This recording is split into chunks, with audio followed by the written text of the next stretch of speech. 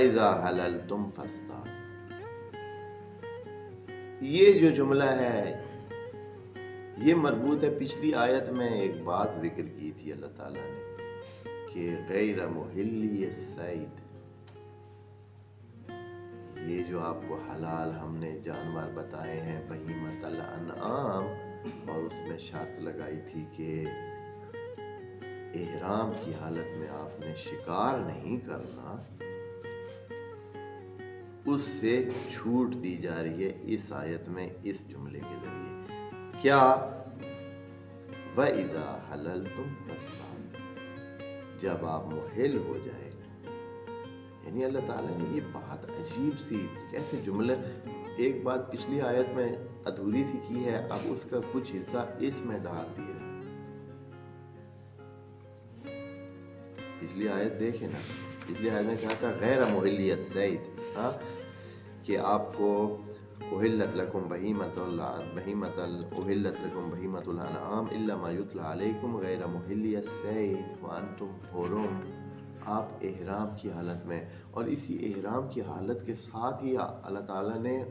وہ شعائر کی بات کر دی، اور وہ کہ جو ادھر ہیں، یعنی اس کا مطلب ہے کہ اللہ تعالیٰ یہ فرما رہا ہے کہ آپ اور مشرکین اکٹھے، آپ اور مشرک اکٹھے جو ہے وہ کر رہے ہیں، کیا کر رہے ہیں؟ حج کی طرف جا رہے ہیں۔ یہ صورتحال تب بھی پیش آتی ہے نا، ایک تو عقود کی بات کر دی، ان کے ساتھ جو معاہدے ہیں ان کا دھیان کریں، پھر یہ ہے کہ آپ کے لیے حلال ہیں، لیکن اس کے دوران یہ منع کر کے یہ کہہ دیا کہ کہیں ایسا نہ آپ قرار دیں اچھا یہ تو جانور جناب ہم نے جنگل میں پایا ہے، بس ٹھیک ہے جس کا شکار کر لیا اور یہ ہمارا ہے۔ نہیں، اصلاً احرام کی حالت میں شکار ہی منع ہے، تاکہ کسی کو بہانہ نہ بنے کہ وہ کسی کا جو ہے نا مال جو ہے وہ شکار سمجھ کر اس کو کر لے۔ پھر اکٹھے، یعنی یہ بات کہ شاعر کا بھی آپ نے دھیان کرنا ہے، اور ان کی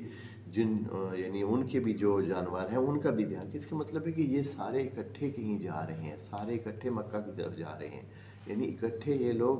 بھی اپنا حج کر رہے ہیں، عمرہ کر رہے ہیں، وہ اپنی طرف سے جو طواف کرنے آ رہے ہیں جو بھی ہے، یعنی اکٹھ کی صورت میں اللہ تعالیٰ ایک صورتحال کو دکھا رہا ہے۔